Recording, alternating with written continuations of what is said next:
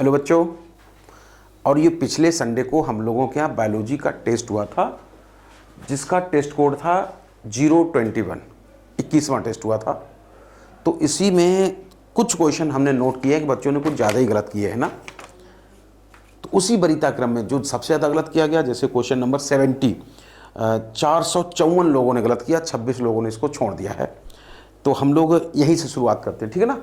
सबसे पहले question number 70 से शुरू करेंगे। देखो, multi nucleated muscle fibre are. अब इसमें कितना सरल था, ध्यान करो। मूवमेंट एंड लोकोमोशन वाले चैप्टर में 3 प्रकार के मसल फाइबर बताए गए, स्केलेटल, स्मूथ और cardiac. Skeletal muscle multi nucleated अर्थात सेंसाइशियल बोलते थे। स्मूथ वाले यूनिन्यूक्लिएटेड फ्यूजी फॉर्म और विदाउट स्ट्रिएशंस होते थे।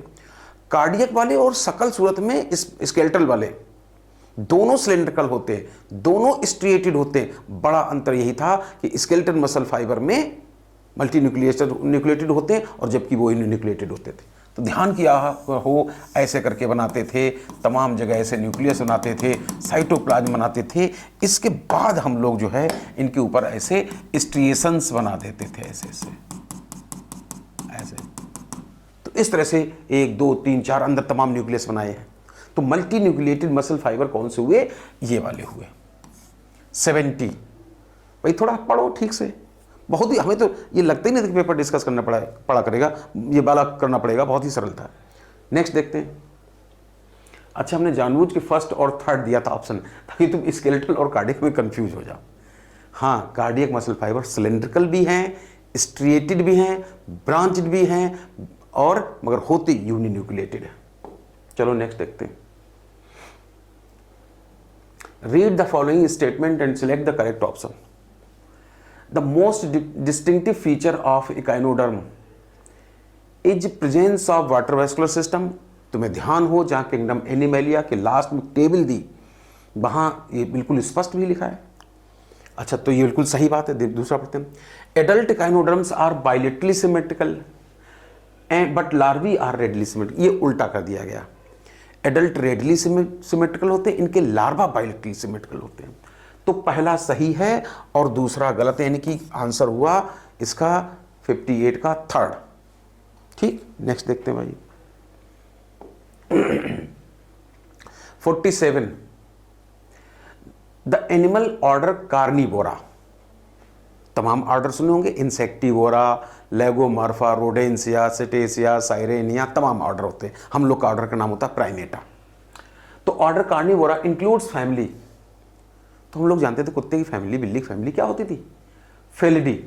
तो इसलिए होमिनिडी तो हम लोगों की है, और मस्टिडी मॉस्किटो की तुमने सुनी थी। ये आंसर हो नहीं सकते हैं, इसलिए आंसर हुआ ये वाला। ठीक, नेक्स्ट देखते हैं। क्वेश्चन नंबर 54 एक बार देख लो। क्या है? At least half of the total carbon dioxide fixation on the earth is carried out by algae through photosynthesis, है ना। अच्छा, इनकरेक्ट पूछा 54। चलो ठीक है। Green algae usually have a rigid cell wall made up of green algae. हाँ ठीक है, सभी एल्गी चाहे रेड हो, ग्रीन हो और ब्राउन एल्गी हो, इनर सेल वॉल सबकी सेलुलोज की बनी होती है। ग्रीन एल्गी की आउटर लेयर जो होती है पेक्टोज की, ब्राउन एल्गी में एल्गिन की, और उनमें बनी होती है पॉलीसल्फेट ईस्टर की। तो इस तरह से सेकंड भी सही है। Third, asexual reproduction in most of brown algae is by biflagellated zoospore that have 2 equal apically placed flagella. गलत है, 2 इक्वल नहीं होता है, ये गलत दिया है, और एपिकली प्लेस्ड नहीं होते हैं, ये गलत दिया। फ्लैजिला 2 होते हैं मगर लेटरली प्लेस्ड होते थे। ध्यान करो, लिखा होता था कि इनके स्पोर पेयर सेप्ड अर्थात नाशपाती जैसे होते थे। 2 फ्लैजिला होते थे मगर साइड से लेटरली प्लेस्ड, ऐसे बनाते थे। डायग्राम हम पढ़ाते समय याद हो कुछ ऐसे बनाते थे, और यहाँ से फ्लैजिला ऐसे निकालते थे, ऐसे, है ना, ऐसे। तो 2 unequally laterally unequal sized laterally placed flagella होते थे। ये बात इनकी सही थी, ठीक है ना। चलो, तो ये हटाते हैं। नेक्स्ट क्वेश्चन है, आंसर तो बताइए नहीं, आंसर कौन सा हुआ फिर इनका? थर्ड वाला गलत हो गया 54 में ना, यही आंसर हो गया थर्ड वाला। चलो देखते हैं क्वेश्चन नंबर 38। लो इतना सरल सवाल। अरे बायोटेक्नोलॉजी में एक हेडिंग पढ़ी थी कि किसी ऑर्गेनिज्म को, बैक्टीरिया को कैसे कंपिटेंट सेल में बदलते हैं, जिसकी वजह से वो वेक्टर डीएनए को या रिकॉम्बिनेंट डीएनए को अंदर घसीट पाए। तो कहते थे पहले इसको बाईवैलेंट कैटायन के साथ ट्रीट करते हैं, फिर हीट शॉक देते हैं, कुछ ध्यान आ रहा, पहले आइस क्यूब पर रखते थे, फिर 2 डिग्री सेंटीग्रेड पर कुछ समय के लिए हीट करते थे, दोबारा फिर इसको आइस क्यूब पर रखते थे, तो ऐसे करते थे। तो इसमें पूछा था in order to force bacteria to take up the plasmid the bacterial cell must first to be made competent. ठीक है, this is done by treating them with a specific concentration of. अरे सीजियम क्लोराइड नहीं है, ये तो हम लोग semi conservative method जब साबित किया था उन्होंने, मिजेल्सन और ईस्टल ने, वहां नाम सुना था। और डाइवैलेंट कैटायन है, कैल्शियम आयन है, तो आंसर इसका हो गया ये वाला। चिल्ड एथेनॉल तो तब प्रयोग करते थे जब टेस्ट ट्यूब में डीएनए इनविजिबल रहता था, फिर वो चिल्ड एथेनॉल डालते थे, तब व्हाइट प्रेसिपिटेट के रूप में उभर के आता था। तो इसलिए इसका आंसर हो गया फोर्थ 38 का। नेक्स्ट देखते हैं। नेक्स्ट है, थोड़ा छोटा कर लें, चलो, which of the following phytohormone help to overcome the apical dominance, है ना। एपिकल डोमिनेंस को बनाए रखता था ऑक्सिन। ध्यान करो, कहते थे कि डीकैपिटेटेड प्लांट हो जिसकी एपिकल बड हटा दी गई हो काट के, तो उसमें लेटरल बड ग्रो करना शुरू हो जाती थी। अगर ऑक्सिन से भीगी रुई दोबारा रख दिया, फिर एपिकल बड की तरह पौधे की लंबाई बढ़ना शुरू हो जाती थी। इनकी ऐसा लगता था एपिकल डोमिनेंस हो जाती थी। लेकिन लेटरल बड को इफेक्टिव बना देता है, लेटरल बड की डोमिनेंसी पैदा कर देता है कौन, साइटोकाइनिन। तो अगर किसी पौधे में एपिकल बड है फिर भी तुम चाहते हो साइड वाली बड्स ग्रो करें, तो तुम्हें साइटोकाइनिन इस्तेमाल करना पड़ेगा, इसलिए, है ना। तो अगर तुमसे सवाल पूछा जाए, चलो ठीक है, तो इसका आंसर हो गया 83 का कौन सा हो गया, फर्स्ट हो गया। चलो 82, which of the following option is incorrect. पहले तो ये ध्यान रखना कि पूछा क्या गया। On an average healthy human breathes 1216 बार 1 मिनट में, तो हमें तो लग रहा है ये बात सही होगी भाई, देखो बताओ, बिल्कुल। अबाउट इतने % of CO2 is carried out by dissolve state through plasma. तो बताओ भाइयों, ये सही है कि गलत है? गलत है ना। 70% के लगभग बाइकार्बोनेट आयंस के रूप में, 20 से 25% कहते थे, एवरेज 23% कार्बामिनो हीमोग्लोबिन के रूप में, 7% होती थी डिजॉल्व स्टेट में। तो ये तो गलत है भाई, तो यही पूछा गया। अगला पढ़ लेते हैं। Pulmonary artery carry D oxygen, बिल्कुल सही। शरीर की सभी आर्टरी हमेशा ऑक्सीजनेटेड ब्लड कैरी करते हैं। पल्मोनरी आर्टरी और पल्मोनरी वेन अपवाद होती है, या ऐसे कहें कि जिस आर्गन से कोई जानवर गैसेस एक्सचेंज करता है उस आर्गन से रिलेटेड आर्टरी वेन अपवाद होती हैं, बात समझ ना। तो इस तरह से यहाँ आंसर हो गया इसका 82 का सेकंड, कि हम लोग इतनी कार्बन डाइऑक्साइड को कार्बामिनो हीमोग्लोबिन के रूप में ट्रांसपोर्ट करते हैं, ना कि डिजॉल्व स्टेट में। नेक्स्ट क्या है, विच of the following restriction site is not present in cloning vector. ये बताओ, सीधा सीधा डायग्राम पर बेस्ड सवाल था। तुम्हारी एनसीईआरटी में प्लाज्मिड PBR 322 का डायग्राम बना हुआ है, उसमें गौर से देखना, जहाँ क्लावन दिया वहाँ हिंद 3rd की साइट है, ना कि हिंद 2 की। तो हिंद 2nd की नहीं है, उसमें हिंद 3rd की रेस्ट्रिक्शन साइट होती है, ना कि हिंद 2nd की ना। तो 4th का आंसर क्या हो गया, ये इसकी साइट है वहाँ क्लावन के पास में। चलो नेक्स्ट देखते हैं। A restriction endonuclease which always cut DNA molecule at particular point by recognizing a specific sequence of 6 base pairs and producing blunt end। ध्यान करो, ऐसे होता था कि DNA है, अगर किसी ने काट दिया DNA को तो अगर इस तरह के एंड प्रोड्यूस हुए तो हो सकता है इसका ये कॉम्प्लीमेंट्री हो, इसका ये कॉम्प्लीमेंट्री हो, इसका, तो ये दोबारा जुड़ सकते थे। इस तरह के एंड वाले को तो हम स्टिकी एंड कहते थे। और अगर किसी ने ऐसे डीएनए को काटा, ऐसे ऐसे काट दिया, तो कोई नाइट्रोजनस बेस एक्सपोज नहीं है, नतीजा एंड द्वारा नहीं जुड़ते, इसी को कहते थे ब्लंट एंड। बात तुम समझ पे ना?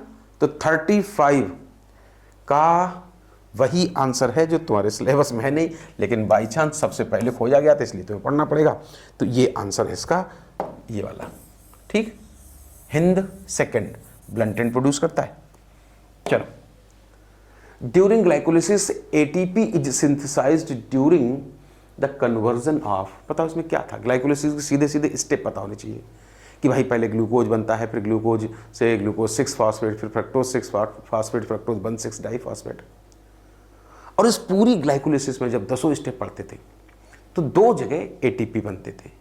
एक सबसे लास्ट स्टेप में जहां 2 फास्फोइनोल पायरूविक एसिड से पायरूविक एसिड बनता था, और एक कब बनता? जब 1,3 डाइफॉस्फोग्लिसरिक एसिड से 3 फास्फोग्लिसरिक एसिड बनाते थे।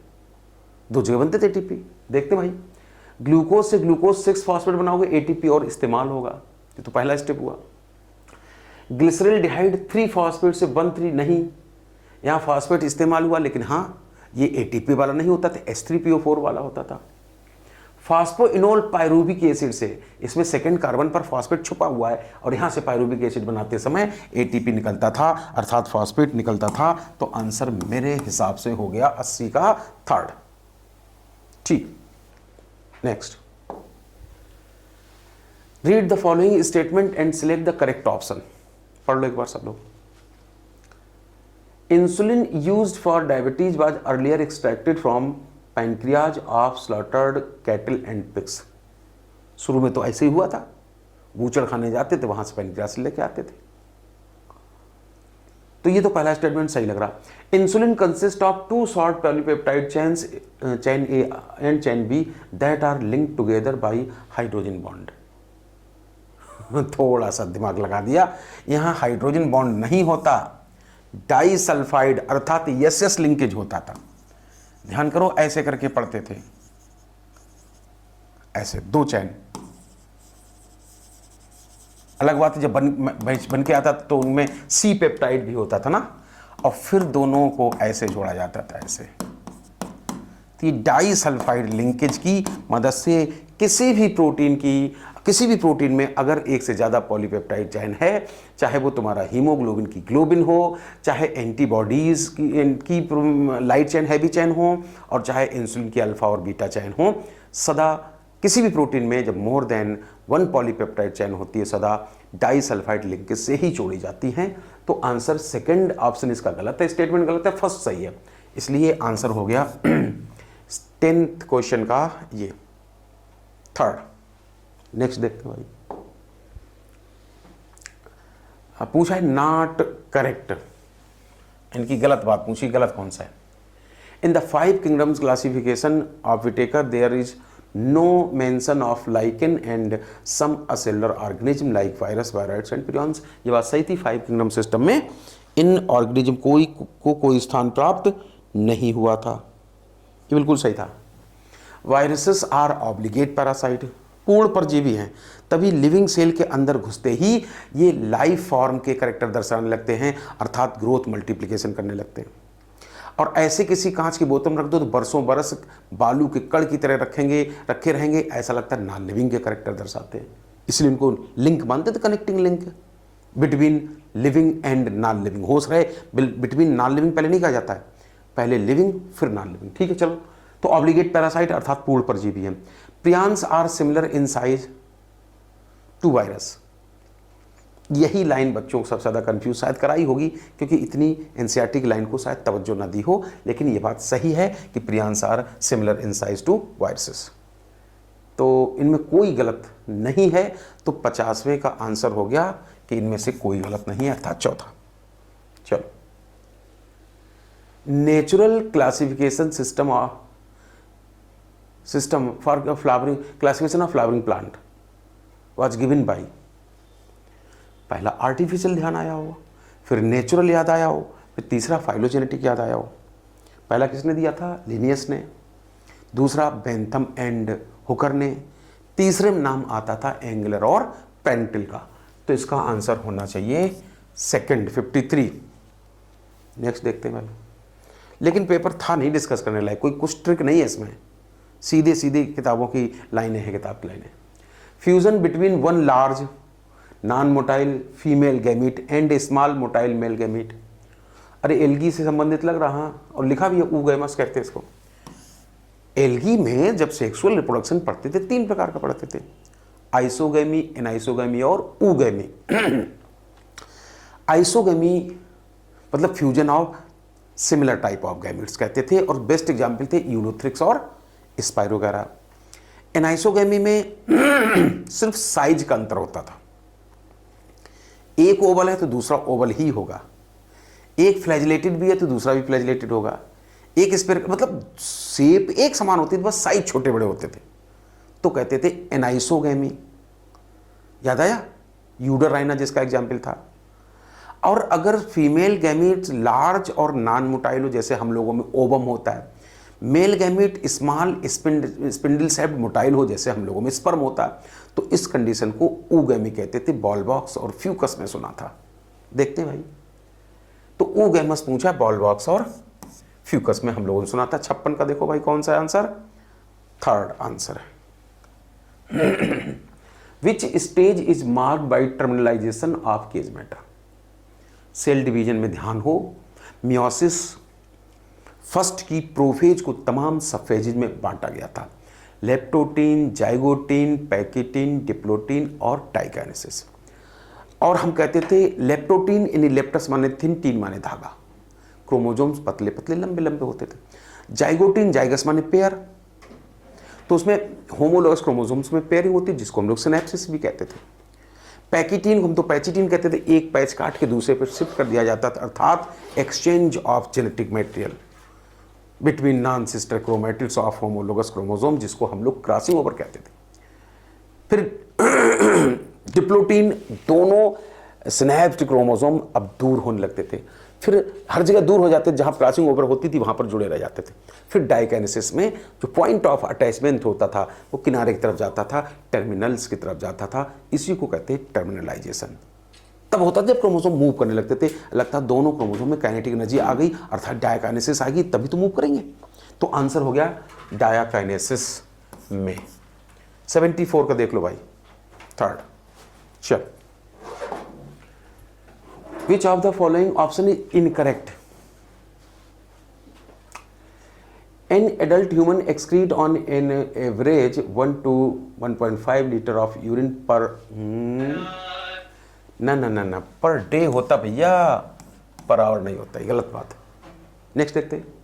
ऑन एन एवरेज इतनी urea is excreted out per day, ठीक है। Presence of glucose in ketone bodies, तुम जानते हो डायबिटीज मेलाइटस की पहचान थी। और हमने तुमसे कहा था अवर लंग्स रिमूव, ठीक है, तो पर मिनट थी। बाकी सब सही है, यही आंसर इनकरेक्ट है, फर्स्ट ऑप्शन। 86 का देखो सब लोग, ठीक है।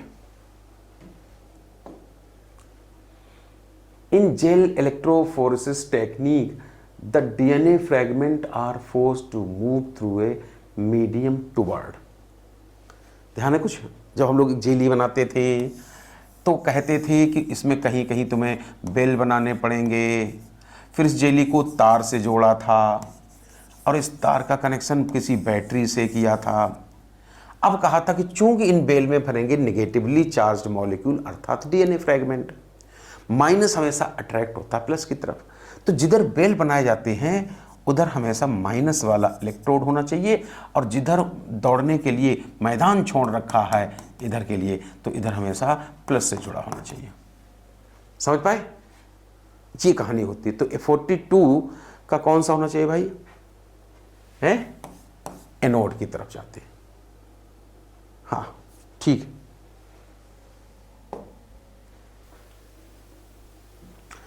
विच of the following act as an antagonist of GA? Gibberellic acid का एंटागोनिस्ट कौन होता है? तो अब हम इसमें क्या कहानी बताएं तुम्हें, ठीक है। चलो 84 second, which of the following option is not match correctly. अच्छा करेक्टली नॉट मैच पूछा। फाइब्रस रूट मोनोकाट का लक्षण होता है, ठीक है।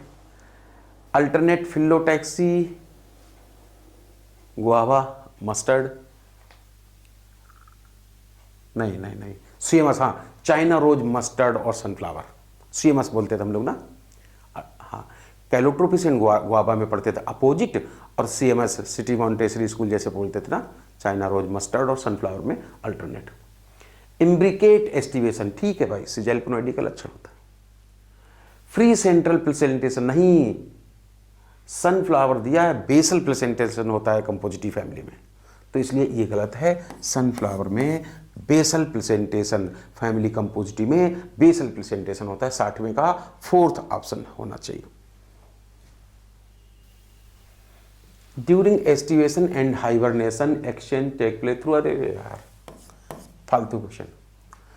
एस्टिवेशन हाइबरनेशन मतलब होता है मेंढक जमीन के अंदर दलदल के अंदर छुपा होता है। सोचो हम तुम्हारी मुंडी अगर पानी के अंदर या कीचड़ के अंदर दबा दें, तो क्या हम नाक से सांस ले पाएंगे? नहीं।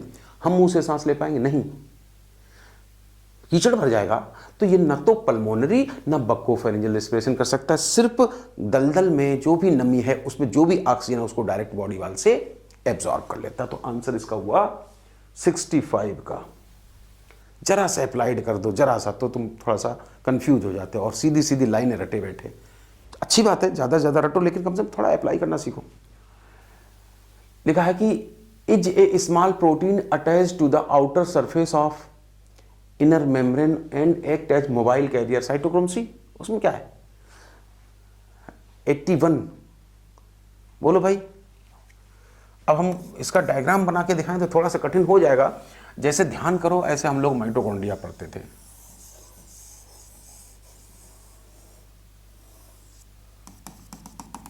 ये आउटर पढ़ते, आउटर थोड़ी ऐसे इसलिए बना दी ताकि महसूस करो वो परफोरेटेड होती, इसमें पोरिन्स होती।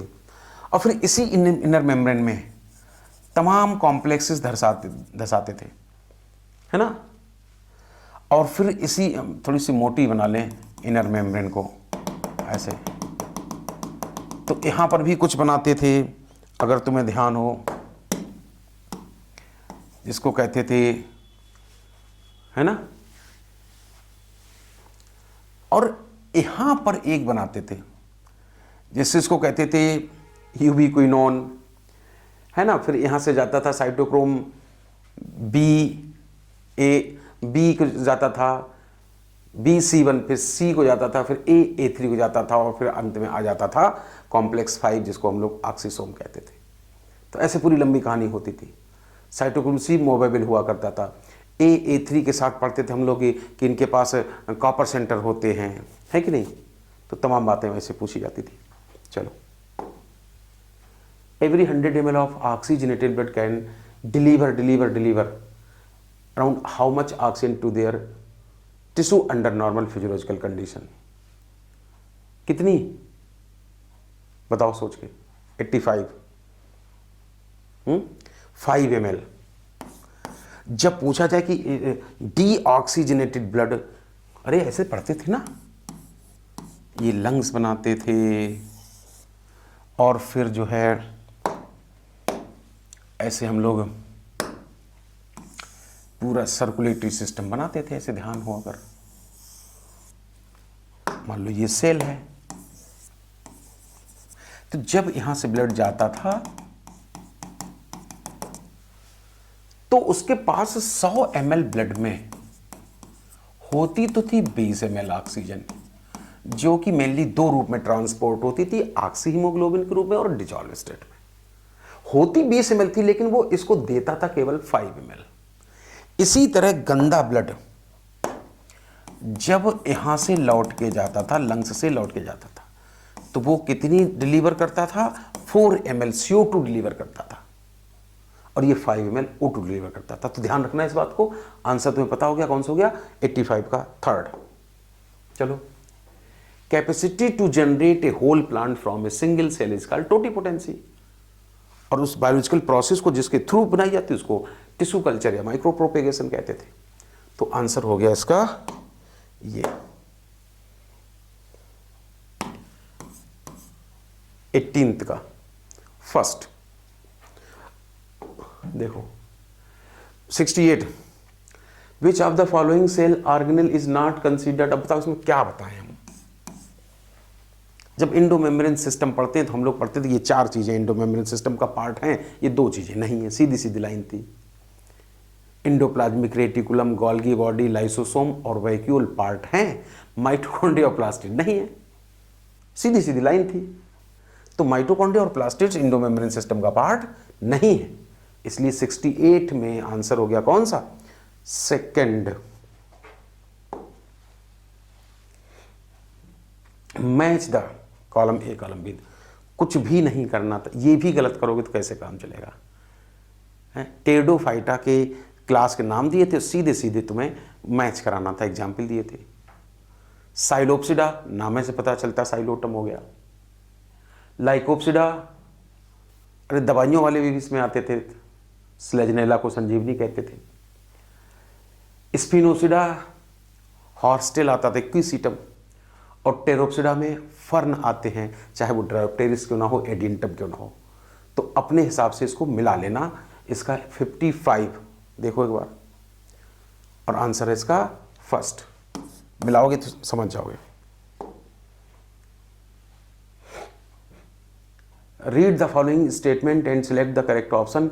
Cyclic photophosphorylation occur when only light of wavelength beyond the 680 nanometer are available for the excitation। अच्छा साइक्लिक पूछा 78, बताओ भाई कुछ ध्यान आ रहा। 2 प्रकार का फास्फोराइलेशन पढ़ते थे, साइक्लिक और नॉन साइक्लिक। पहले नॉन साइक्लिक हम पढ़ाते थे जो कि ग्रेना लेमेलिम चलता था, जहां पिगमेंट सिस्टम सेकंड और फर्स्ट दोनों इन्वॉल्व होते थे। लेकिन जब स्ट्रोमा लेमेली पढ़ते थे वहां ऐसा माना जाता था कि पिगमेंट सिस्टम फर्स्ट ही होता था, जिसमें रिएक्शन सेंटर 700 होता था, P से 700। स्ट्रोमा लेमेली में छोटा वाला एब्सेंट होता है, P 680 है नहीं, और P 700 वाला है, तो उसी हिसाब से उसमें उतनी हायर वेवलेंथ की लाइट डालनी पड़ेगी। कुछ याद आ रहा। स्ट्रोमा लेमेली की बात हो रही, वहां केवल और केवल साइक्लिक होता था। ग्रेनुलर लेमेली में दोनों पिगमेंट सिस्टम इस्तेमाल होते थे, वहां नॉन साइक्लिक होता था। ग्रेनुलर लेमेली में जो कुछ होता था उसको नॉन साइक्लिक फोटोफॉस्फोराइलेशन कहते थे, दोनों पिगमेंट सिस्टम इन्वॉल्व होते थे। इसमें फोटोलिसिस ऑफ वाटर भी होता था, इसमें एटीपी भी बनता था, NADP2H भी बनता था। ठीक है ना। चलो आगे देखते क्वेश्चन क्या कह रहा। तो साइक्लिक, अच्छा तो पहली बात तो सही लग रही है। अगला, केमियोस्मोटिक theory, chemiosmosis requires a membrane, a proton pump, a proton gradient and ATP synthase। देखो अब डायग्राम बना के समझाने में बहुत टाइम लगेगा, लेकिन तुम समझ गए। फोटोसिंथेसिस में जो थैलेकॉइड वाला डायग्राम बनाते थे वहां पे ध्यान करो, सब कुछ बनाते थे। तो ये मेरे हिसाब से 78 के दोनों ऑप्शन सही हैं। 78 ठीक, दोनों बातें सही हैं, दोनों स्टेटमेंट सही। चलो, कुछ भी नहीं था, सीधी सीधी एनसीईआरटी के डायग्राम को बना दिया। वहां 3 स्टेप तुम्हें पढ़ाए जाते थे। सबसे पहले क्या था, डीनेचुरेशन, जो कि लगभग 95 डिग्री सेंटीग्रेड टेम्परेचर किया जाता था। फिर थोड़ा टेम्परेचर एकदम डाउन कर देते थे 55 के आसपास, 55 डिग्री सेंटीग्रेड के आसपास। एनीलिंग कहलाता था, ध्यान आया। और फिर जब प्राइमर चिपक चुके थे फिर टेम्परेचर फिर बढ़ाया जाता था थोड़ा, और धीरे धीरे डीएनए स्ट्रेच बढ़ना शुरू हो जाता था। ऐसा लगता है डीएनए एक्सटेंशन शुरू हो जाता। तो डीनेचुरेशन पहला स्टेप, दूसरा एनीलिंग, तीसरा था एक्सटेंशन। तो आंसर अपना 30 का देखो कौन सा सही है। बी ये वाला, ये एनीलिंग है, और जबकि यहाँ लिखा डीनेचुरेशन, गलत हो गया। ये ए वाला था, डीनेचुरेशन ठीक था, लेकिन टेम्परेचर वहाँ हाई रखा जाता इसलिए गलत हो गया। इतने कम टेम्परेचर नहीं होता। सी लंबाई बढ़ रही है, एक्सटेंशन है। In the presence of heat stable, हाँ, क्योंकि इस समय फिर टेम्परेचर हाई कर दिया जाता है, एग्जैक्ट शायद 70 के 5 या 70 के आसपास किया जाता है, तो इसलिए सही है। ए अभी तो बोला था ये डीनेचुरेशन है, तो इसलिए ये कहानी, हाँ ठीक, आंसर इसका थर्ड हो गया, 30 का थर्ड। देखो भाई सब लोग, चलो आगे देखते हैं। Which of the following option is correct, correct correct पूछा है। 46 देखो तो सब लोग, हाँ, as we go higher from species to kingdom the number of common character goes on decreasing. बिल्कुल, जैसे जैसे क्लासिफिकेशन में डायग्राम बना के समझाने का टाइम नहीं है ना, जैसे जैसे दो ऑर्गेनिज्म जिनकी स्पीसीज कॉमन होती है उनके बीच कॉमन करेक्टर या कह दो सिमिलर करेक्टर उतने ज़्यादा होते हैं। जैसे हमारी स्पीसीज है सैपियंस, होमो सैपियंस, तुम्हारी भी होमो सैपियंस, तो हमारे तुम्हारे लक्षणों में बहुत सिमिलरिटी होगी। 32 दांत हैं तो तुम्हारे 32 दांत हैं, 639 मसल्स हैं तुम्हारे 639 मसल हैं, ड्यूडेनम, जेजुनम, इलियम, जो कुछ है सब हमारा तुम्हारा लगभग लगभग सिमिलर है। लेकिन अगर हम अपनी तुलना काकरोच से करें तो हमारी उसकी स्पीसीज कॉमन नहीं, हमारा उसका जीनस कॉमन नहीं, कहाँ हमारा होमो, कहाँ उसका पेरीप्लेनेटा, हमारा उसका फैमिली कॉमन नहीं, हमारी होमिनिडी उसकी कुछ और, फैमिली के ऊपर चले ऑर्डर कॉमन नहीं, क्लास कॉमन नहीं, फाइलम कॉमन नहीं, हमारा और काकरोच का सिर्फ किंगडम कॉमन है। हम भी एनिमेलिया के मेंबर, वो भी एनिमेलिया का, तो हमारे काकरोच में उतनी सिमिलरिटी नहीं होगी जितनी हमारे और तुम्हारे बीच होगी। दो ऑर्गेनिज्म जितने छोटे वाले टैक्सॉन को बिलोंग करते हैं, एक साथ जितने छोटे टैक्सॉन में पाए जाते हैं तो सिमिलरिटी ज़्यादा होती है, और जितने छोटे बड़े ऊपर, मतलब समझ गया तुम कहानी, क्या ज़्यादा समझा है। तो पहला आंसर सही है। दूसरा क्या है, lower the taxon more are the characteristic that members share, ठीक है, ये भी सही है।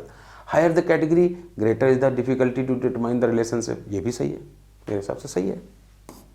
हमारा और इंसान, हमारा बंदर, हमारा बनमानुष से क्या रिश्ता है पता करना आसानी हो जाती है, हमारा काकरोच से क्या रिश्ता है थोड़ी दिक्कत होती है, सिमिलरिटी है नहीं करेक्टर्स में। 46 आंसर देखो सब लोग, चलो आगे देखते फटाफट। मेल्विन केल्विन अलॉन्ग विद जो भी हैं studied reaction in green plant forming sugar and other substances from raw material like carbon dioxide, water and minerals by leveling the carbon dioxide। देखो कार्बन, ज़्यादातर हम तुम्हें बताएं बायोलॉजी में किसी रिएक्शन के सारे स्टेप पता करने होते हैं तो कोई ना कोई रेडियो एक्टिव एलिमेंट इस्तेमाल किया जाता है। अब फोटोसिंथेसिस में सबसे बड़ा काम होता है CO2 फिक्सेशन का। CO2 फार्मूला में कार्बन है तो रेडियो एक्टिव कार्बन इस्तेमाल की होगी, C14 इस्तेमाल की होगी ना। चलो 76 का third answer. Procedure through which a piece of DNA is introduced in a host bacterium is known as. हालांकि प्रोसीजर का नाम तो नहीं कहना चाहिए, लेकिन हाँ वो बैक्टीरिया जिसके अंदर DNA पहुंच जाता है वो ट्रांसफॉर्म्ड कहलाने लगता ना, तो ट्रांसफॉर्मेशन यहाँ आंसर इसी भी आप पे लगा सकते हो। 7th का सेकंड। चलो और देखो, पढ़ो। Normally the gene encoding resistance to antibiotics such as ampicillin, chloramphenicol, tetracycline, kanamycin etcetera are considered useful stress. अब इस तरह क्वेश्चन ना ही बनाया जाए तो बेहतर होता है, क्योंकि हम लोग को बहुत ज़्यादा ज्ञान तो है नहीं कि कौन कौन सा बैक्टीरिया किस किस एंटीबायोटिक के प्रति रेजिस्टेंट होता है, किसके किसके प्रति सेंसिटिव होता है। हाँ ये एक इत्तेफाक है कि जैसे टेट्रासाइक्लिन हुई, एम्पिसिलिन हुई, इनका जो रेजिस्टेंस वाला जीन है वो ई कोलाई में नहीं होता था, वो दूसरे बैक्टीरिया से ला के जोड़ के PBR लैब में बनाया गया था। PBR किसी ई कोलाई का बेस या नेटिव प्लाज्मिड लेके उसमें काट छांट करके बनाया गया, तभी PBR को कभी कभी जेनेटिकली इंजीनियर्ड प्लाज्मिड कहते हैं, कभी कभी टेलर मेड प्लाज्मिड कहते हैं, कभी कभी समझ गए ना। तो ई कोलाई का जो नेटिव जो ओरिजिनल प्लाज्मिड था उस पर किसी भी ड्रग का रेजिस्टेंस वाला जीन नहीं था, इसलिए यहाँ आंसर ये हम लगा देंगे। और फिर बिल्कुल दिमाग ना काम करे तो तुम जानते हो बैक्टीरिया में सबसे चर्चित बैक्टीरिया हम लोग के सिलेबस में ई कोलाई ही होता है। 90 क्वेश्चन है, the state of heart when it is not pumping blood effectively enough to meet the need of body. कहा था हम लोगों को ब्लड हार्ट 72 टाइम बीट करता है। रेंज होती है 60 to 90 के बीच, उसको रखना चाहिए, तभी वो पूरे शरीर की O2 और ग्लूकोज, ऑक्सीजन और ग्लूकोज की डिमांड पूरी कर पाएगा। अब सोचो धीरे धीरे धड़कने लगा, 72 टाइम्स के बजाय मान लो 50 टाइम्स बीट करने लगा, तो शरीर से प्रत्येक बॉडी सेल के सामने से ब्लड देर में गुजर पाएगा, धीरे धीरे गुजर पाएगा। नतीजा प्रत्येक बॉडी सेल की ज़रूरतें पूरी नहीं हो पाएंगी। तो जब हमारी हार्ट रेट 60 और 90 में से जो लो रेंज है 60 उससे भी नीचे आ जाती है तो कंडीशन को हार्ट फेलियर कहने लगते हैं। कार्डियक अरेस्ट नहीं कहते, उसमें तो सडनली स्टॉप कर जाता था ना। तो 90 का आंसर होना चाहिए first. The process of RNA interference has been used in the development of plant resistant to parasite. Specially हम लोग पढ़ते थे मिलाइडोगाइन इंकोग्निसिया। तो आंसर हो गया, मिलाइडोगाइन क्या था? एक प्रकार का निमेटोड था। इसके प्रति हम रेजिस्टेंट बनाते थे टोबैको प्लांट को ना। ठीक है, सीधी सी बात थी, इसमें कुछ था नहीं। Which wave represent the depolarisation of atria? PQRST। ध्यान करो, ऐसे कहते थे कि मान लो ये हार्ट, चलो ऐसे बनाते, यहां एक नोट थी, यहां एक थी, यहां से फाइबर निकलते थे और वो जाते थे वेंट्रिकल की दीवार में ऐसे। तो सबसे पहले तो बिजली इसमें पैदा होगी, इसमें पैदा हुई तो पूरे एट्रिया में फैल गई, तो तुरंत कॉन्ट्रैक्शन हो गया। फिर यहां से गुजर के जब यहां आती थी तब वेंट्रिकल में सिस्टोल होता था, तो पी वेव दर्शाती थी। PQRST इसी नाम पर रखा गया था, PQRST। P wave atrial systole को, QRS वेंट्रिकुलर सिस्टोल को, टी वेव ज्वाइंट डायस्टोल को या एंड ऑफ सिस्टोल को दर्शाती थी। तो ठीक है, 75 का आंसर हो गया था। Tag polymerase is obtained from, अब इतना भी नहीं अगर याद रखोगे तो फिर पढ़ने का क्या मतलब है। PCR में जब DNA सिंथेसिस की जाती थी टेम्परेचर बहुत हाई रहता था, तो ये कहा जाता है कि वहाँ, और तुमने सुना एंजाइम वाले चैप्टर में कि मोस्ट बायोस या मोस्ट एंजाइम 0 से 40 डिग्री के बीच काम, 0 से 40 डिग्री सेंटीग्रेड टेम्परेचर के बीच ही काम कर पाते हैं। और वहाँ कहाँ 95-98 टेम्परेचर पहुँचाना है, उतनी टेम्परेचर पर प्रोटीन अर्थात एंजाइम नष्ट ना हो जाए, क्योंकि ऑल एंजाइम्स आर प्रोटीन। तो फिर ऐसी जगह से लाया जाता होगा जिसके एंजाइम हाई टेम्परेचर को टॉलरेट कर लेते हो। थर्मस एक्वेटिकस वो थर्मोफिलिक बैक्टीरिया है, हाई टेम्परेचर को टॉलरेट करने वाला बैक्टीरिया है, वहां से निकाला जाता था। चलो, all tissues on the inner side of endodermis such as pericycle, vascular bundle, pith, लो, everything inside the endodermis is called stele. Bark तो तुम्हारे अब सिलेबस में ही नहीं, इसको कहते थे all the tissue outside the vascular cambium is called bark. तो आंसर सिंपल सा था ये। तो बच्चा लोग इनको गौर से देखना और इनको खुद से सॉल्व करना। और एक बड़ी छोटी बात बताएं, जितने क्वेश्चन किसी भी टेस्ट पेपर में गलत हुआ करें, अब तो तुम जानते हो तुम्हें ऐप पे पूरा रिजल्ट दिख जाता होगा कि मेरा कौन सा क्वेश्चन सही था कौन सा गलत था, तो उनका एक कॉपी बना लो छोटी सी 64 पेज वाली, और उनमें इन क्वेश्चंस को डायरेक्ट स्टेटमेंट सीधे सीधे सेंटेंस बना दो, है ना, और हमेशा क्लियर रख डालो, कभी गलती ना हो। तो आज इतना ही करते हैं। और हम लोग तो पहले से बता चुके 17 तारीख से हम लोग रिवीजन बैच शुरू करने जा रहे हैं, तो उसकी डेट तो बताई दी 17 तारीख को। टाइमिंग और कुछ अगर चार्ज वार्ज लगता है तो वो नेक्स्ट वीडियो में बता देंगे।